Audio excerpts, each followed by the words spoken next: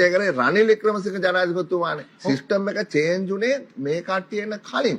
මේ කට්ටිය අලුත් ආර්ථික පනත් එකක් පාස් කරේ නෑ. අවුරුදු 76ක සාපයක් නෙමෙයි තියෙන්නේ. මේ සිස්ටම් එක චේන්ජ් කරන්නනේ ආවේ. එන එන්.එම්. පෙරේරාගේ කතාවේ 70 එතුමා එක වෙනස් කරා. ඒක සමාජවාදී ආර්ථික ක්‍රමයකට අපි යන්න ඕනේ. ඒක තමයි අපි විශ්වාස කරන්නේ. ඒ නිසා ඩඩ්ලිලා ඩීඑස්ලා ඊට කලින් කට්ටිය මේ කරපුවා සම්පූර්ණයෙන්ම වැරදි.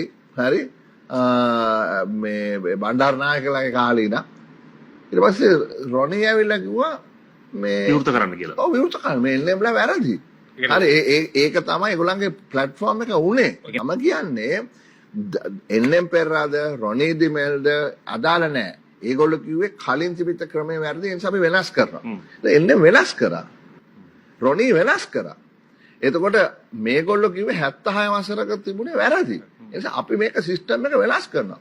දැන් මමත් කියනවා මම හිතන්නේ ඔබලා සියලු දෙනා පිළිගන්නවා කිසිම වෙනසක් කරේ නැහැ. ඒකට කුමාර ජනාධිපතිතුමා නෙමෙයිනේ.